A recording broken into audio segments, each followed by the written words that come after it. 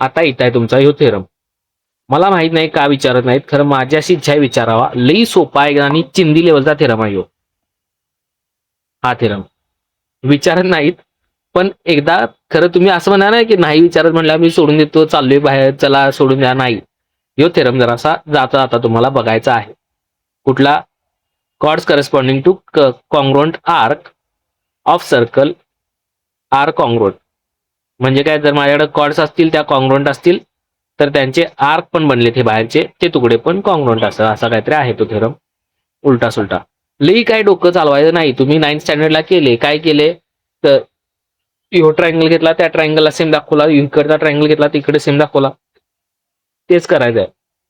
इथं बघा 2 triangle consider करायचे, हे तयार झालेले 2 ट्रायंगल्स आहेत ते सिमिलर दाखवायचे. कुठल्या टेस्टनं? तर तुम्हाला माहिती आहे कुठली टेस्ट आहे. आता ही आठवते कुठली टेस्ट आहे बघा, इथं वरती दिसते, इथं साईड आहे, इथं साईड आहे, इथं अँगल आहे. कुठली टेस्ट झाली? Side side angle. काय पण लिहा, SAS लिहा, ASS लिहा, काहीही. ऍक्च्युली आता आपल्याला काय दिसते ते कसं आपण ठरवतो की ती SAS आहे की SSA आहे की आणखी काय, तर ते कसं ठरवतो आपण? आपण असं बघतो की साईड आहे, त्यानंतर अँगल आहे आणि मग साईड आहे. मग हे काय झालं? साईड अँगल साईड झालं. जर समजा असं नाही झालं, असं झालं की माझ्याकडे ही साईड आहे, ही साईड आहे आणि हा अँगल आहे, तर हे काय झालं? SSA टाईप टेस्ट झाली. असं आपण ठरवतो ते ऍक्च्युली. पण आता इथं आपल्याला दिसते साईड साईड अँगल किंवा साईड अँगल साईड, काही लिहिलं तरी चालतं सध्या. Side angle side.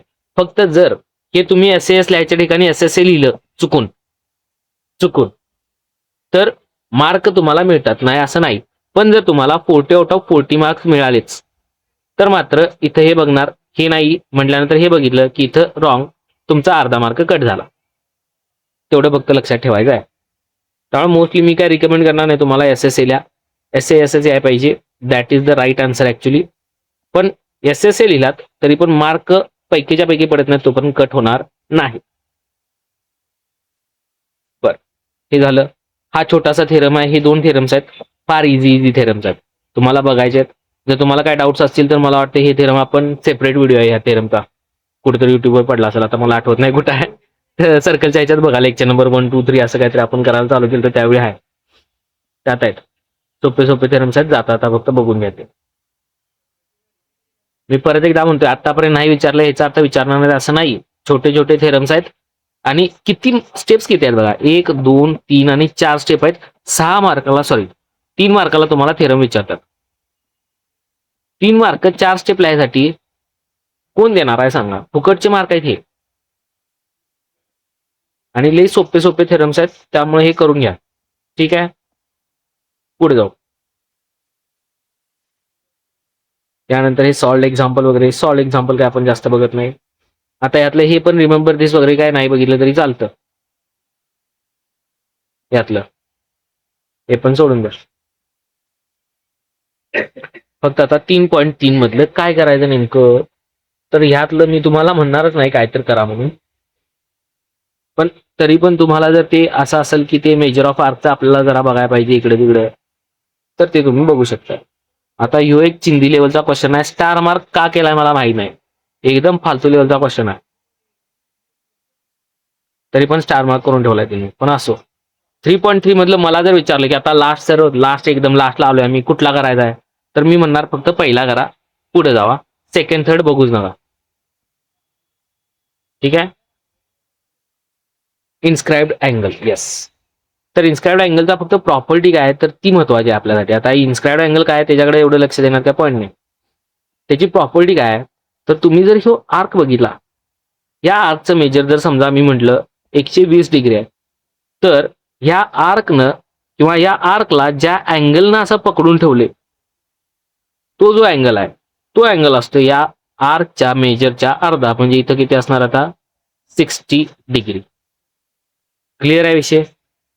मग आता तुम्हाला फक्त काय विचारतात, तुम्हाला जाता जाता असं विचारतात की सांगा ह्यो आर्क माझा 120 आहे तर ह्यो अँगल किती, किंवा कधी कधी काय विचारतात, ह्यो अँगल सांगतात की ह्यो 60 डिग्री आहे, मग सांगा मला ह्यो खालचा आर्क किती येणार. तर तुम्हाला व्यवस्थित ते लक्षात ठेवायचं आहे. म्हणजे काय, थोडक्यात तुम्हाला ही प्रॉपर्टी लक्षात ठेवायची आहे. कुठली? Measure of arc is equal to 2 times measure of inscribed angle. ही एक प्रॉपर्टी. आणि थोड्या वेळ आधी तुम्ही काय बघितलेलं, तर थोड्या वेळ आधी तुम्ही बघितलेलं measure of arc equals to measure of central angle. बरोबर आहे. तर पण लिहिताना प्रॉपर्टीचं नाव काय द्यायचं? याला ही प्रॉपर्टी म्हणतोयस कुठलीहीच ना, सेकंड की फर्स्ट? होय. सेकंडला. हा इन्स्क्राइब्ड अँगल थेरम आहे आपला. हा जो मी आता लिहिलं हे मॅथमॅटिकल टर्म्स मध्ये लिहिलंय, पण this is our inscribed angle theorem. आणि वरच्याला अँगल थेरम. आणि हे जे वरती लिहिलंय दॅट इज आपण असं लिहिणार की definition of measure of arc. हे कारण लिहिणार इथं. वरचं जे लिहिलंय measure of arc equals to measure of central angle, त्याला आपण लिहिणार डेफिनिशन ऑफ, गेले ते डेफिनिशन ऑफ, इकडे लिहितो definition of measure of arc. आर्कचं जे मेजर आपण केलंय त्याचं डेफिनेशनच हे आहे की तो सेंट्रल अँगलच्या इक्वल असतो. म्हणजे मेजर ऑफ अँगल, सॉरी आर्कचं जे मेजर आहे त्याचं डेफिनेशन काय, तर त्याचं डेफिनेशन असं आहे की तो सेंट्रल अँगलच्या इक्वल असतो. म्हणून याचं कारण लिहायचं झालं तर definition of measure of arc. खाली हे जर लिहायचं असेल measure of arc equals to 2 times inscribed angle, तर काय लिहिणार, तो इन्स्क्राइब्ड अँगल थेरम आहे. ठीक आहे. हे इम्पॉर्टंट पॉईंट्स आहेत आपल्या आता. पाहिजे तर हे परत एकदा लिहितो जरा व्यवस्थित. इकडे लक्ष द्या. ब्लू कलर घेतो, थोडासा चांगला दिसतो रेड कलर पेक्षा. बघा आता काय, पहिली प्रॉपर्टी आपण बघितली measure of arc is equal to measure of central angle. ही पहिली प्रॉपर्टी बघितली. याला रिझन काय लिहिणार आम्ही, याला लिहिणार definition of measure of arc. ही याचे रिझन लिहिणार जर रिझन लिहावं लागलं तर. आणि मोस्टली जॉमेट्रीमध्ये रिझन लिहा, प्रत्येक स्टेपला लिहा. मी तर म्हणतोय तुम्ही 2+1 लिहिलं का लिहिलं त्याचं पण रिझन लिहा जॉमेट्रीमध्ये. ऍक्च्युअली नसतं रिझन, पण मी सांगा लागले म्हणजे थोडक्यात. सेकंड, जर समजा तुमच्याकडे असेल मेजर ऑफ आर्क, तुम्ही हे लिहिलं आता मी सांगितलं ते is equal to 2 multiply by measure of inscribed angle. हे जर तुम्ही लिहिलात तर याला रिझन काय लिहिणार तुम्ही, तर याला मी रिझन लिहिणार इन्स्क्राइब्ड अँगल थेरम. लक्षात आलं. मग आता हा जो 2 आहे, हा 2 आपल्या सोयीनुसार इथं कधी मल्टिप्लाय होतो, इकडे गेला की तर 1/2 वगैरे होईल तो. ते आपल्या सोयीनुसार त्याला इकडे तिकडे पाठवायला. तर मोस्टली मी असं 1/2 का नाही सांगत, तुम्ही मग विसरताय 1/2 इकडे करा तिकडे करा, तो ते विसरताय तुम्ही म्हणून. सो बघा मी कायम म्हणतोय, परत एकदा म्हणतोय, मेजर ऑफ आर्क एकटाच आहे. इकडे तू कशाच्या इक्वल असते, सेंट्रल अँगलच्या. सप्लायशी पहिला काय संबंधच नाही. दुसरा पॉईंट काय आहे बघा, मेजर ऑफ आर्कच आहे इज इक्वल टू काय 2 times of measure of inscribed angle. आतमध्ये गेला इन्स्क्राइब्ड म्हणलं की त्याला 2 टाइम्स करायला. सेंटरला आलो की एकुलता एक कार्य करता. Measure of arc equal to measure of central angle, arc equal to central angle, सप्ला विषय. जर मी तेच arc equal to inscribed angle म्हणायला लागलो तर 2 मल्टिप्लाय बाय करायचं. समजले. ते लक्षात ठेवायचं आहे. इम्पॉर्टंट पॉईंट्स आहेत हे. 1 मार्काचा एमसीक्यू आहे. एमसीक्यू असेल किंवा 1 मार्काचा एक क्वेश्चन किंवा 2 मार्काचा एक क्वेश्चन पण विचारतात यावर. आता ते त्या पर्टिक्युलर क्वेश्चन वरती डिपेंडेंट आहे. लक्षात आलं हे. येस नो, पटापट बोला चला. ओके चला नेक्स्ट पॉईंट कडे जाऊया. आता फक्त मी काय म्हणतो बघा, तुम्हीच मला सांगा फक्त. मी जर म्हणलं x इक्वल टू एम, ठीक आहे, एकदा बोललो, त्यानंतर परत म्हणलं x इक्वल टू के, या दोघांवरनं तुम्हाला काय सांगता येते, कोण सांगणार मला. x इक्वल टू एम म्हटले, x इक्वल टू के म्हणले, तुम्ही सांगा मला या 2 स्टेटमेंटवरनं तुम्हाला काय सांगता येते. एम इज इक्वल टू के, काय म्हणता येईल, एम इक्वल्स टू के. साधं सोपं कन्क्लुजन आहे. इथं पण तोच प्रकार केलाय आपण. बघा खाली इथं मी म्हटलं x इक्वल टू एम म्हटले, ठीक आहे. इथे काय म्हटलं बघा, असं म्हणतो आर्क इक्वल टू, मी म्हटलं सेंट्रल अँगल, हे बोललोय. इथं म्हटलं arc equal to 2 multiply by inscribed angle. मग ए इक्वल टू हा आणि ए इक्वल टू हा, मग हे दोन्ही पण कसे असले पाहिजेत, इक्वल असले पाहिजेत.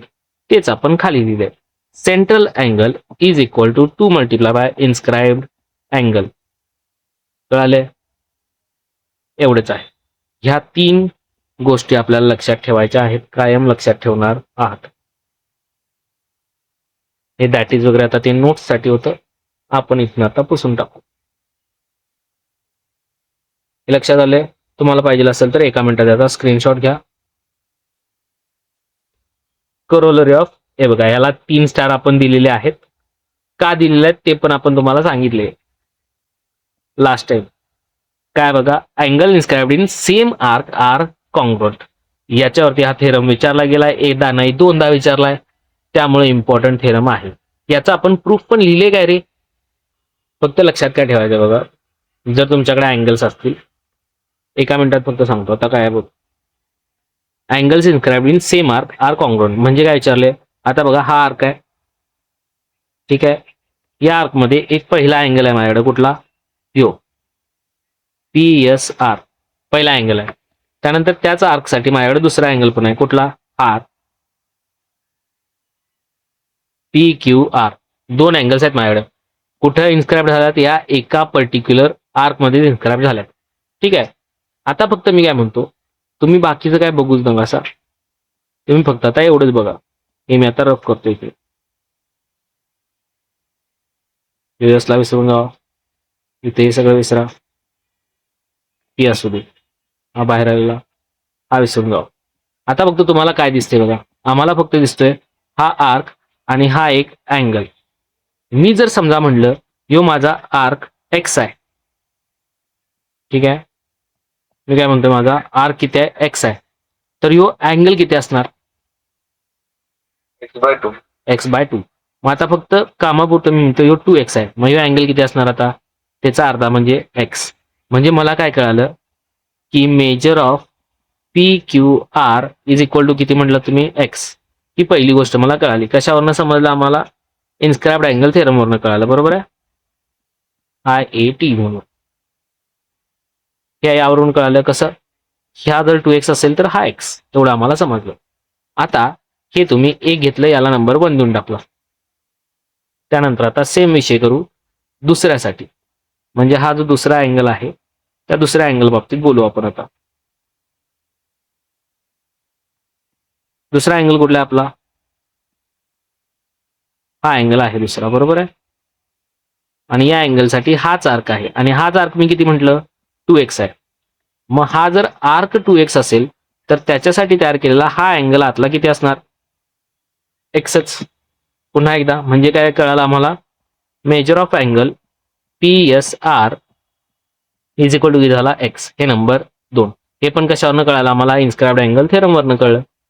मग from 1 and 2 we can easily say that these two angles are equal, right. 1 and 2 वरून आम्ही इझिली सांगू शकतो हा जो PQR हा अँगल आणि हा जो अँगल आहे, हे दोन्ही अँगल्स कसे असले पाहिजेत? सेमच असले पाहिजेत. आणि तेच प्रूव्ह करायचं होतं. Angles inscribed in same arc are congruent. या एकाच आर्कमध्ये जर आम्ही 2 अँगल्स असे ड्रॉ केले तर त्या दोन्ही अँगल्सचं मेजर कसं असलं पाहिजे? सेम असलं पाहिजे. प्रूव्ह केलं. सिंपल विषय आहे. लक्षात आले? काय हे व्यवस्थित असं लिहून देऊ? काय करायचं? लिहून द्यायला लागले तर लई वेळ जाणार आपला. हे रिव्हिजनचं चाललंय आपल्या.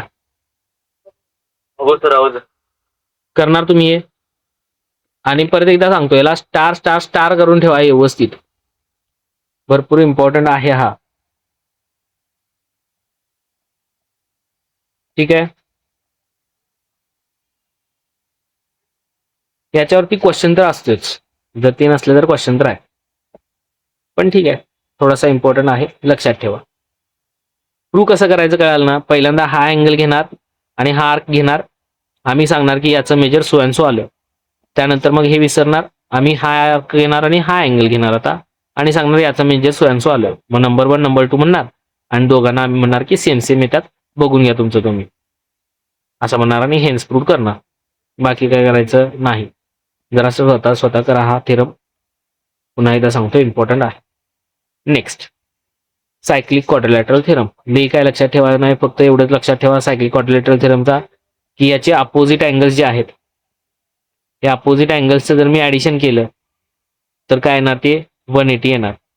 म्हणजे बघा क्वाड्रिलॅटरल माझ्याकडे ABCD असेल तर अपोजिट कुठले कुठले झाले, ए आणि सी अपोजिट झाला, बी आणि डी अपोजिट झाला. बघा ABC आणि डी आहे माझ्याकडे, हे क्वाड्रिलॅटर आहे. याचे अपोजिट कुठले, बी आणि डी. यांचं जर मी ॲडिशन केलं तर किती आलं पाहिजे, 180 डिग्री. एवढंच लक्षात ठेवा. A plus C equals to 180 आणि B plus D equals to 180. A plus A plus A. लक्षात येते. एवढंच लक्षात ठेवा. याचा ना तुम्हाला काय लक्षात ठेवायचं काही नाही. आणि त्यात आणि मी हे पण सांगितलेलं की ही ऍक्टिव्हिटी आहे, हा थेरम. थेरम जर ऍक्टिव्हिटी असेल तर थेरम विचारण्याची प्रॉबिलिटी कमी होते लगेच. त्यामुळे मी बिलकुल असं मार्क करून देणार नाही की हा थेरम तुम्ही करा, कारण की काय इम्पॉर्टन्सचा थेरम पण नाहीये हा. पण तुम्हाला फक्त लक्षात ठेवायचं आहे की हा थेरम तुम्हाला आला तर ऍक्टिव्हिटीला येण्याची प्रोबॅबिलिटी थोडीशी आहे. आला तर ठीक आहे, नाही आला तरी ठीकच आहे. पण पॉईंट काय लक्षात ठेवायचा आहे, जर आमच्याकडे सायक्लिक क्वाड्रिलॅटर दिला तर त्याचे अपोजिट अँगल्सचं मी ॲडिशन केलं, म्हणजे मेजरचं जर मी ॲडिशन केलं तर ते किती येतं, 180 डिग्री येतं. इतकं फक्त लक्षात ठेवा. हा, तो एक पॉईंट आहे. याच्यावरती कधीतरी एक क्वेश्चन विचारलाय. फक्त तुम्हाला काय बघायचं आहे, जर समजा तुम्हाला एक लाईन ड्रॉ करून दिली मी, त्या लाईनवरती मी 2 पॉईंट सिलेक्ट केले. त्या 2 पॉईंट्सवरनं मी 2 अँगल काढले. जो पहिला अँगल काढला सी, त्याचं मेजर मी म्हटलं एक्स काढले. त्यानंतर मी याच 2 पॉईंटवरनं दुसरा अँगल काढला, त्याचं मेजर पण मी म्हटलं एक्स येते. तर असं कधी झालं तर आता आपल्याकडे 4 पॉईंट तयार झाले. यो ए, यो डी, यो सी आणि यो बी. हे जे 4 पॉईंट्स आहेत ते कसे असतात, कॉन सायक्लिक असतात. कॉन सायक्लिक. आता कोलिनियर आपण शब्द ऐकलायच. कोलिनियर म्हणजे काय, एकाच लाईनवरती येणारे सगळे पॉईंट्स, त्यांना आपण काय म्हणतो, कोलिनियर. तसंच जर माझ्याकडे एक सर्कल असेल, काय म्हणतो मी, जर माझ्याकडे एक सर्कल असेल आणि त्या सर्कलवरती येणारे सगळे पॉईंट जर मी घेतले तर त्या सगळ्या पॉईंट्सना आपण काय म्हणतो, दोन पॉईंट्स आर कॉन सायक्लिक. एकाच सर्कलवरती येणारे सगळे पॉईंट्स, दोन पॉईंट्स आर कॉल्ड ॲज कॉन सायक्लिक पॉईंट्स. मग आता हे पॉईंट्स कसे असणार आहेत, कॉन सायक्लिक. कधी, जर ते एकाच साईडला आले 2 पॉईंट्स, त्यांचं मेजर पण सेम आलं पाहिजे आणि त्या 2 पॉईंट पासून ते आले पाहिजे. तर लक्षात ठेवा. फक्त पॉईंट सोडा, 90व्या पॉईंटकडे येऊया. तो इम्पॉर्टंट आहे जरासा. काय विषय सांगतो. जर तुमच्याकडे एक सर्कल असेल, व्यवस्थित आता ऐकायचं मी काय म्हणतोय, व्यवस्थित पद्धतशीर काय म्हणतोय, व्यवस्थित ऐकायचं. जर समजा तुमच्याकडे एक सर्कल आहे, यो सर्कल, ठीक आहे. या सर्कल मधला मी तुम्हाला विचारलं कुठला तरी एक अँगल मला सांगा. फॉर एक्झाम्पल मी म्हटलं मला ह्यो अँगलचे मेजर पाहिजे. या अँगल आहे की नाही, या अँगलचं मेजर मला सांगा काय येणार. तर ह्या अँगलचं जर मेजर तुम्हाला फाइंड करायचं असेल तर तुम्हाला त्याच अँगलच्या समोरचा आर्क प्लस त्याच अँगलच्या इकडचा आर्क, कुठला ह्यो, पुन्हा एकदा मी म्हणतोय असा कंप्लीट नाही, कुठला वाला, हा वाला आर्क. या अँगलच्या पलीकडचा जो अँगल आहे त्याचा आर्क जो आहे तो वाला आर्क. या दोघांची ऍडिशन करायची आणि डिवाइड बाय काय करायचं, 2 करायचं. म्हणजे फॉर एक्झाम्पल मी आता तुम्हाला एक्झाम्पल देतो एक व्यवस्थित. मी म्हटलं की मला ह्या अँगलचं मेजर किती आहे सांगा, आणि मी सांगितलं ईडी माझा आहे 60 डिग्री. ईडी मी सांगितलं किती आहे, 60 डिग्री.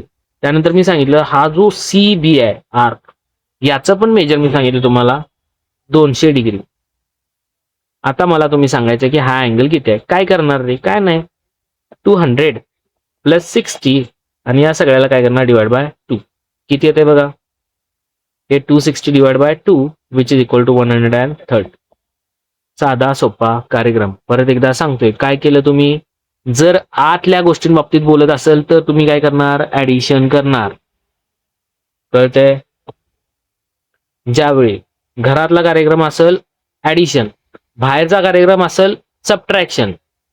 परत एकदा सांगतोय, काय विचारतात ते, काही नाही विचारत. ते फक्त म्हणतात असा आतमध्ये आमच्या इथं इंटरसेक्शन झाले. इंटरसेक्शन कुठे झाले, आतमध्ये झाले. आतमध्ये झालं म्हणले काय आलं पाहिजे, ऍडिशन आलं पाहिजे. बाकीचं मला सांगायचं नाही. आतमध्ये झाले म्हटल्यावर काय, ऍडिशन.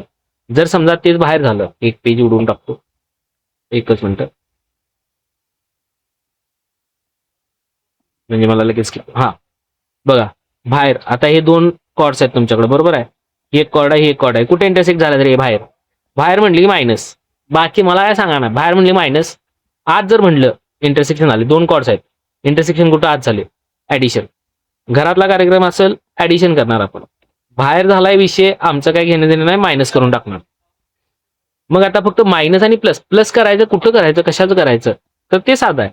ते काय नाही तुमच्याकडे कुठला आहे ह्यो अँगल आहे पाहिजे तुम्हाला तर ह्यो अँगल आणि त्याच्या विरुद्ध अँगल दोन अँगल आपल्याला लगेच कळतात. मग ह्या अँगलचा जो झालेला आर्क आहे तो त्यानंतर त्याच्या विरुद्धचा अँगल त्याचा झालेला आर्क दोघांचा ह्यो एक्स असेल ह्यो वाय असेल तर दोघांची x plus y divide by 2 करायचा सपला विषय. जो काय अँगल येईल तो आपला आतला अँगल असतो. क्लिअर आहे विषय. हे लक्षात आले का नाही सांगा मला. आणि इम्पॉर्टंट आहे म्हणून एवढा जोर देऊन सांगा लावलोय. यावरती क्वेश्चन्स आहेत. समजले सगळ्यांना. ओके हे 9th आहे. हे थोडंसं इम्पॉर्टंट पुन्हा एकदा सांगतोय स्टार मार्क करून ठेवा. 72 आणि 73. 73 वरती पुन्हा एकदा येऊ. आता मी तुम्हाला विचारलं तर यात अँगल एकच बनतोय. कुठला अँगल आहे ह्योच अँगल विचारला तर तुम्हाला काय विचारणार मी या अँगलचं मेजर सांगा. बाकी काय विचारू शकते का नाही. मग ह्या अँगलचं मेजर काय असते रे तर तुम्हाला आता ह्या अँगलनं पकडलेले दोन आर्क दिसतील. कुठली कुठली दोन आर्क दिसतात ह्यो एक आर्क आणि एक मोठावाला आर्क. दोन आर्क आपल्याला व्यवस्थित दिसायला लागल्यात. मग ते दोन आर्क जे मला दिसायला लागल्यात त्या दोन आर्कचं काय करायचं तुम्हाला त्यातला मोठावाला आर्क उचलायचा. मोठा कुठला आहे बीडी तर बीडी त्यातनं बाहेर बारकावाला आर्क कुठला ह्यो एसी आहे तर मायनस एसी करायचा डिवाइड बाय 2 करायचा. जो काय आन्सर येईल ते आन्सर म्हणजे आपला ह्यो अँगल असणार. क्लिअर आहे विषय. ह्यो एकदम साधारण विषय आहे. परत एकदा सांगतो आतमध्ये विषय होत असेल तर ऍडिशन करणार आम्ही. बाहेर विषय होत असेल तर आम्ही सबट्रॅक्शन करणार. मग आतमध्ये विषय होत असेल तर ऍडिशन तर करणार पण कुणाचं अपोजिट वाल्या आर्कचं ऍडिशन करणार डिवाइड बाय 2. बाहेर झाला तर काय करणार मोठ्या वाल्यातनं लहानवाला मायनस करून टाकणार डिवाइड बाय 2 करणार. जे काय आन्सर येईल ते आमच्या अँगलचं आन्सर. क्लिअर आहे. क्वेश्चन विचारतात यावरती इम्पॉर्टंट आहे. समजले. इथं पुन्हा एकदा पाहिजे तर स्टार करून ठेवतो 10th मध्ये.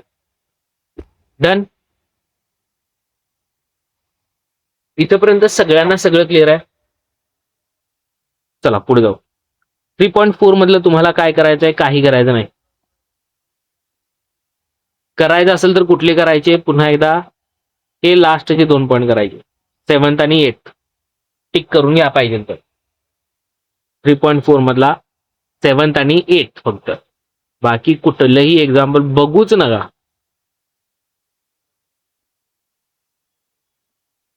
Next theorem of internal division of chords. इथं आता आपण स्टार केलेलंच आहे याचा अर्थ तुम्हाला कळाला असेल याचं प्रूफ सुद्धा तुम्हाला इम्पॉर्टंट आहे. कुठलं theorem of internal division of chords. लक्षात ठेवायचं कायम. प्रूफ तर तुम्हाला करायचं आहे. स्टार मार्क करून ठेवा पाहिजे तर पेज नंबर सांगतो की त्या पेज नंबर 77 आणि याच्या पुढचा सुद्धा थेरम एक्सटर्नल डिव्हिजन वाला तो सुद्धा तुम्हाला करायचा 77 78 दोन्ही पण तुम्हाला करायचे आहेत थेरम्स. असं नाही की हे आता ऍक्टिव्हिटीला दिलंय म्हणजे ऍक्टिव्हिटीज विचारणार पूर्ण थेरम नाही विचारणार असं नसतं. थेरम पण विचारला जाऊ शकतो असं नाही की सोडून देऊ नाही. मी तेच म्हणायला लागलोय मी मगाशी सांगितलं. ठीक आहे. आता फक्त हे लक्षात कसं ठेवायचं हे तुम्हाला सांगतो. एकदम सिंपल कार्यक्रम आहे.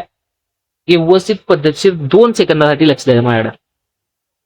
दोन्ही पण एकाच ह्याच्यात सांगणार मी. समजा माझ्याकडे पहिल्यांदा सर्कल ड्रॉ करून घेतो. ठीक आहे. सर्कल आहे माझ्याकडे. या सर्कलमध्ये माझ्याकडे 2 कॉर्ड्स आहेत. आता इंटरनल डिव्हिजन पहिल्यांदा बघून घे. हे 2 कॉर्ड्स आहेत. इथे एक कॉर्ड आहे इथे एक कॉर्ड आहे. डिवाइड केले ते मी कुठल्या पॉईंटला या पॉईंटला. पुन्हा एकदा ए बी नावाची कॉर्ड आहे माझ्याकडे एक आणि माझ्याकडे दुसरी एक सी डी नावाची कॉर्ड आहे किंवा पी क्यू म्हणतो इथं पुरतं. पी क्यू एक आहे आणि ए बी एक आहे. दोघांचे इंटरसेक्शन कुठे झाले रे ई या पॉईंटला झाले. ठीक आहे. आता फक्त तुम्हाला काय लक्षात ठेवायचं इकडे बघा कुठली कॉर्ड आहे तुमच्याकडे ए बी कुठली कॉर्ड आहे तुमच्याकडे पी क्यू इंटरसेक्शन कुठे झाले ई ला. बरोबर आहे. इंटरसेक्शन कुठे झाले ई ला. आता तुम्ही फक्त म्हणणार A E multiply by B B equals to काय लिहिणार PE PE multiply by QE. मी सांगतोय तसंच लक्षात ठेवायचं, असं लक्षात ठेवायचं नाही AE multiply by E B equals to P multiply by P Q नाही लक्षात ठेवायचं. A multiply by E B equal to P multiply by E Q असं लक्षात ठेवणार नाही. मी काय सांगा लावले परत एकदा सांगतो.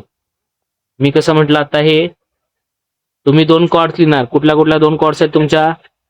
आमच्याकडे आहे पी क्यू आणि आमच्याकडे आहे ए बी. कुठं इंटरसेक्शन झालंय ई या पॉइंटला. काय लक्षात ठेवणार PE PE multiply by QE is equal to AE multiply by BE असंच लक्षात ठेवणार. आता मी हे सांगितलं हे इंटरनल साठी आणि एक्सटर्नल साठी दोघांसाठी व्हॅलिड आहे. हे इंटरनल कळालं जर आमच्या कॉर्ड डिवाइड झाल्या तर आम्ही असं सांगणार. आता समजा त्यांचं इंटरसेक्शन आउट साइडला झालं. इथं आहे तुमचा दुसरा बघा इथं या तुमच्याकडे कॉर्ड्स आहेत. ठीक आहे हे जर असं रफ करून टाकतो. यातलं आपल्याला काय गरजेचं नाही आता बघायचंच नाही. ठीक आहे तुमच्याकडे दोन कॉर्ड्स आहेत. कुठल्या कुठल्या? एक कॉर्ड आहे माझ्याकडे ही एक कॉर्ड आहे. कॉर्डची नावं काय आहेत बघा. परत एकदा सांगतो कॉर्डची नावं काय आहेत ए बी कॉर्डचं नाव आहे. दुसऱ्या कॉर्डचं नाव काय सी डी नाव आहे. इंटरसेक्शन कुठे झाले ई या पॉइंटला झाले ई पॉइंटला. आता थेरम कसा लिहिणार एई मल्टिप्लाय बाय बी तर बीई इक्वल टू काय लिहिणार रे सीई मल्टिप्लाय बाय डीई. समजला विषय? इथं बघा नाहीतर इथं जर मगाच्या सारखं केला की तुकडा मल्टिप्लाय बाय तुकडा तर काय होते बघा A B multiply by B A B multiply by B is equal to C D multiply by DE. Theorem मध्ये आहे का रे ते? इथे बघा जरा थेरम मध्ये काय AE E B E C E D हे असं बिलकुल नाही. हे चुकलंच तुमचा विषयच क्लोज झाला इथं. त्यामुळे लक्षात कसं ठेवायचं कळाले? परत एकदा सांगतो इम्पॉर्टंट आहे. परत एकदा सांगायला लावलं इम्पॉर्टंट आहे म्हणून लक्षात ठेवायचं. कुठं कॉर्ड माझ्याकडे समजा पी क्यू आहे. कॉर्ड माझ्याकडे एक्स वाय आहे. इंटरसेक्शन झाले ई या पॉइंटला. काय लक्षात ठेवणार पीई बघा PE multiply by QE is equal to काय लिहिणार is equal to X E multiply by Y E. समजले? हे लक्षात आलं?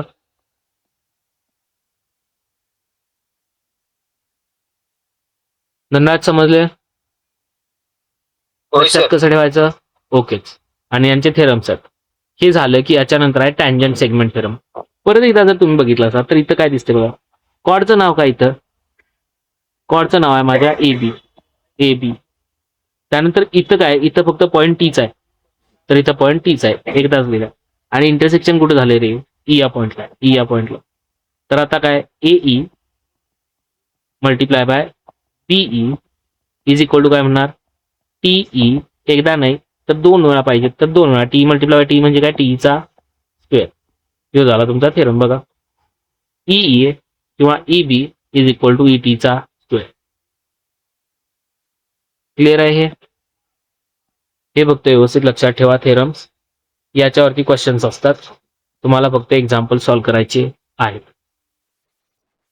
हे 3.5 मधले मात्र 3.5 मधलं मात्र मी सांगणार तुम्हाला की पहिले 3 सॉल्व्ह करा 1 2 आणि 3 आणि हवा असेल तर चौथं पण सॉल्व्ह करा. 5कडे जाऊ नका.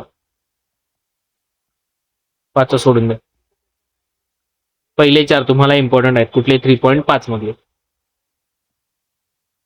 हे डिव्हिजन ऑफ कॉर्ड्स तुम्ही केलात इंटरनल एक्सटर्नल दरवर्षी बघा इथं 3 मार्काचा आहे इथं 2 मार्काचा आहे इथं 3 मार्क 1 मार्क दरवर्षी एखादा तरी क्वेश्चन कायम आहे त्यावर.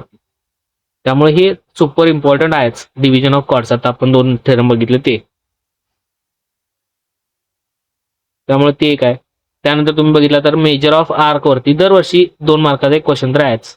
2 मार्क 1 मार्क 2 मार्क 2 मार्क दरवर्षी ठरलेला आहे मेजर ऑफ आर्क वरती.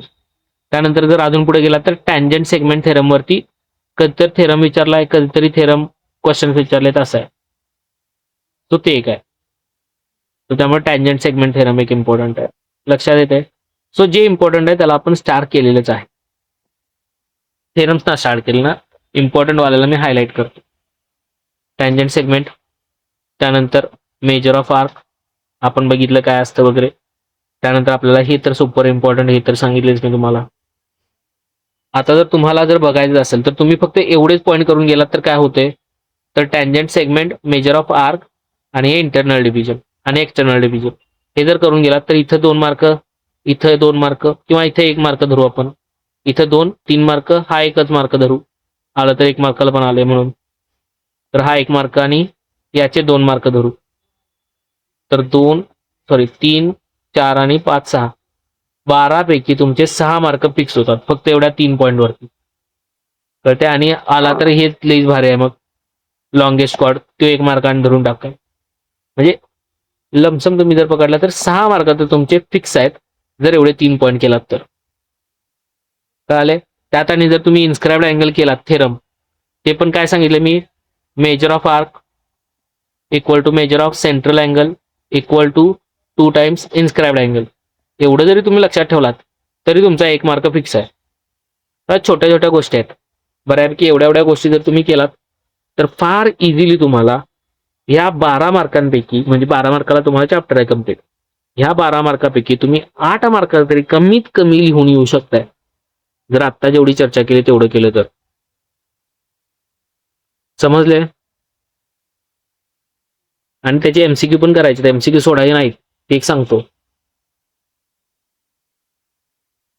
तो असं जर बघितलं तर आज परत ऑफिशियली आपला चॅप्टर नंबर 3 M2 चा सप्लाय. ठीक आहे.